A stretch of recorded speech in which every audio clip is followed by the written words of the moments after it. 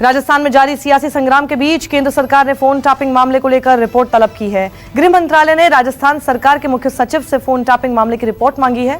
गृह मंत्रालय ने पूछा है कि किन किन लोगों के फोन टैप किए गए और इसका मकसद क्या था। राजस्थान में एसओजी ने ऑडियो टेप मामले की जांच तेज कर दी है। जांच के दायरे में आए बीजेपी नेताओं ने वॉइस सैंपल देने से इनकार कर दिया है। एसओजी ने कल इस मामले में बीजेपी के 2 नेताओं को कोर्ट में पेश कर उनके वॉइस सैंपल लेने की याचिका लगाई। एसओजी ने ऑडियो टेप मामले में गिरफ्तार आरोपी संजय जैन को भी कोर्ट में पेश किया, जहां से उसे संजय जैन की 4 दिन की रिमांड मिली। राजस्थान में जारी सियासी वार पलटवार के बीच मुख्यमंत्री अशोक गहलोत कल शाम राजभवन पहुंचे। वहां उन्होंने राज्यपाल कलराज मिश्र से मिलकर अपनी सरकार के बहुमत में होने का दावा किया। करीब 45 मिनट की मुलाकात के दौरान सीएम अशोक गहलोत ने राज्यपाल को 102 विधायकों की लिस्ट भी सौंपी।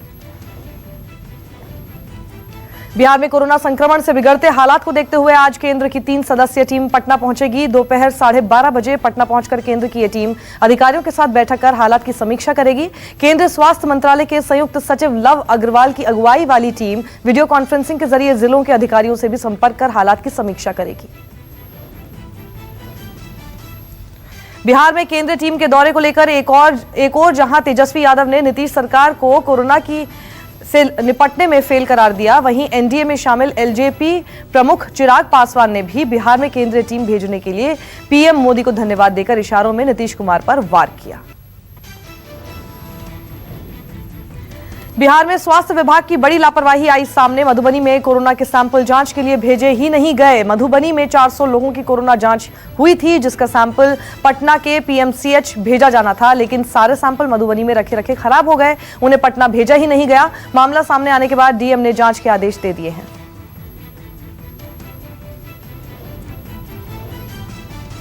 कानपुर कांड में कुख्यात विकास दुबे और उसके गुर्गों के इस्तेमाल किए गए हथियार अब तक पुलिस के हाथ नहीं लग सके हैं। हथियारों की तलाश में पुलिस लगातार अभियान चला रही है। पुलिस को शक है कि हथियार तालाब में फेंक दिए गए। इसके लिए पुलिस बिकरू गांव के तालाब का पानी निकालने में जुटी है। न्यूज 24 की खबर का असर। यूपी में बुलंदशहर के सियाना हिंसा मामले के आरोपी शिखर अग्रवाल को पद से हटा दिया गया। शिखर अग्रवाल को पीएम जन कल्याण योजना का जिला महामंत्री बनाया गया था। मीडिया में मामला आने के बाद शिखर अग्रवाल की इस पद से छुट्टी कर दी गई। बता दें कि सियाना हिंसा में इंस्पेक्टर सुबोध सिंह की हत्या हुई थी। आज सावन की शिवरात्रि है। सावन में शिवरात्रि का अपना अलग महत्व रहता है। कहते हैं आज का दिन शिव जी को प्रसन्न करने का सबसे श्रेष्ठ दिन माना जाता है। ऐसे में मंदिरों में बाबा के दर्शन के लिए कुछ जगहों पर शिवालयों को खोलने की अनुमति दी गई है। भक्तों की श्रद्धा को ध्यान में रखते हुए सरकार और मंदिर प्रशासन ने कोरोना से सुरक्षा के लिए हैंड सैनिटाइजर और सोशल डिस्टेंसिंग का बंदोबस्त किया है। अयोध्या में राम मंदिर के भूमि पूजन की तारीख तय हो गई है। इसको लेकर कल राम जन्मभूमि तीर्थ क्षेत्र ट्रस्ट की बैठक हुई, जिसमें भूमि पूजन की तारीख पर चर्चा की गई। ट्रस्ट की ओर से भूमि पूजन के लिए 2 तारीखों पर सहमति बनी। पहला 3 अगस्त और दूसरा 5 अगस्त को विकल्प के तौर पर रखा गया। दोनों तारीखें पीएमओ को भेज दी गई हैं, जिस पर उसे आखिरी फैसला लेना है। कोरोना वायरस के संकट के बीच पश्चिम बंगाल में सियासी घमासान जारी है। नॉर्थ 24 परगना में सरकार के खिलाफ कानून व्यवस्था को लेकर मार्च कर रहे बीजेपी कार्यकर्ताओं पर टीएमसी कार्यकर्ताओं ने हमला बोल दिया। हमले में बीजेपी के कई कार्यकर्ताओं को चोटें आई। बीजेपी के इस मार्च की अगुवाई सांसद अर्जुन सिंह कर रहे थे। देश में कोरोना मरीजों की संख्या 10,28,716 पर पहुंच चुकी है। 24 घंटे में कोरोना के 34,884 केस मिले हैं, जबकि 671 लोगों की मौत हुई है। इसके साथ ही देश में कोरोना संक्रमण से हुई मौतों की संख्या बढ़कर 26,273 हो गई। फिलहाल देश में 3,58,692 एक्टिव केस हैं। अब तक 6,53,751 मरीज ठीक हो चुके हैं। महाराष्ट्र में कोरोना का कहर जारी है। यहां 24 घंटे में 8,348 मामले सामने आए। राज्य में संक्रमितों की संख्या 3,09,37 हो गई। 24 घंटे में महाराष्ट्र में कोरोना से 258 लोगों की जान चली गई। राज्य में कोरोना से मरने वालों का आंकड़ा 11,596 तक पहुंच गया है। मुंबई में 24 घंटों में कोरोना के 1,199 नए मामले सामने आए। दिल्ली में पिछले 24 घंटे में 1,475 कोरोना संक्रमित मिले, जबकि 26 लोगों की मौत हुई। दिल्ली में अब कोरोना से संक्रमितों का आंकड़ा 1,01,274 हो गया है। दिल्ली में इस खतरनाक वायरस से अब तक 3,597 लोगों की जान जा चुकी है। बिहार में कोरोना संक्रमितों की संख्या बढ़कर 24,967 हो गई है, जबकि अब तक 187 लोगों की जान जा चुकी है। 24 घंटे के अंदर बिहार में 739 केस सामने आए हैं। वहीं 6 मरीजों की मौत हो गई। हालांकि बिहार में अब तक 14,997 कोरोना मरीज ठीक भी हो चुके हैं। तमिलनाडु में भी कोरोना ने कोहराम मचा रखा है। पिछले 24 घंटे में 4,807 लोग कोरोना संक्रमित हुए, जबकि 88 लोगों की मौत हो गई। तमिलनाडु में अब कोरोना से संक्रमितों का आंकड़ा 1,65,714 हो गया है। तमिलनाडु में इस खतरनाक वायरस से अब तक 2,403 लोगों की मौत हो चुकी है। कोरोना वायरस की बीमारी कहर बरपा रही है। हर दिन मरीजों की तादाद में इजाफे का नया रिकॉर्ड बन रहा है। इन सबके बीच एक अच्छी खबर यह है कि कोरोना वायरस की पहली स्वदेशी वैक्सीन कोवैक्सीन का ह्यूमन ट्रायल शुरू हो गया है। इसकी जानकारी केंद्र स्वास्थ्य मंत्री डॉक्टर हर्षवर्धन ने ट्वीट करके दी। कोरोना महामारी से अर्धसैनिक बल भी अछूते नहीं है। सीआईएसएफ, सीआरपीएफ, आईटीबीपी और बीएसएफ में तेजी से कोरोना का संक्रमण फैला है। 17 जुलाई के आंकड़ों की बात करें तो 86 नए मामलों के साथ अब तक सीआरपीएफ में कोरोना संक्रमण के 2,462 मामले सामने आ चुके हैं। वहीं आईटीबीपी में कोरोना संक्रमितों की तादाद अब तक 806 पर पहुंच चुकी है।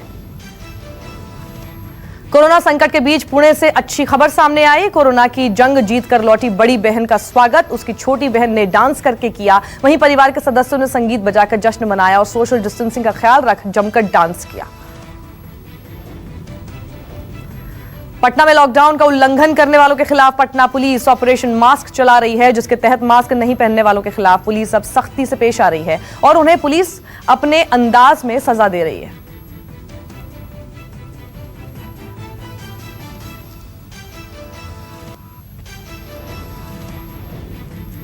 असम के मोरी गांव में बेतहाशा बारिश ने लोगों का चैन सुकून छीन लिया है। सड़कों पर पानी ही पानी नजर आ रहा है। यहां भारी बारिश का आलम यह है कि लोगों को अपने घरों में जाने के लिए भी नाव का इस्तेमाल करना पड़ रहा है। बाढ़ के हालात को देखते हुए प्रशासन ने लोगों को घर खाली करने का फरमान जारी कर दिया है। बिहार के अररिया में लोग बाढ़ की विभीषिका से जूझ रहे हैं। लगातार हो रही बारिश ने नदियों का जलस्तर बढ़ा दिया है। पूरा जनजीवन ठप हो गया है। यहां बहने वाली सीताधार नदी खतरे के निशान से ऊपर बह रही है। पानी की विनाश लीला ऐसी है कि लोगों की खेती बाड़ी, घर मकान उसमें समा गया है। भारी बारिश ने यूपी के मुरादाबाद का बुरा हाल कर दिया है। भारी बारिश से पूरा शहर पानी पानी हो गया है। लोगों के घरों में पानी घुस चुका है, लिहाजा वो छतों पर या कहीं और ऊंची जगह पर शरण लेने को मजबूर है। असम, बिहार, यूपी में बाढ़ बारिश तो उत्तराखंड में लैंडस्लाइड ने लोगों की मुसीबत बढ़ा दी है। चमोली के पीपलाकोटी इलाके में हाईवे पर लैंडस्लाइड की वजह से दोनों तरफ लंबा जाम लग गया। रुक रुक कर पत्थर लगाकर टूट टूट कर सड़क पर गिरने लगे। लैंडस्लाइड के चलते मलबे को हटाना भी संभव नहीं हो पा रहा है।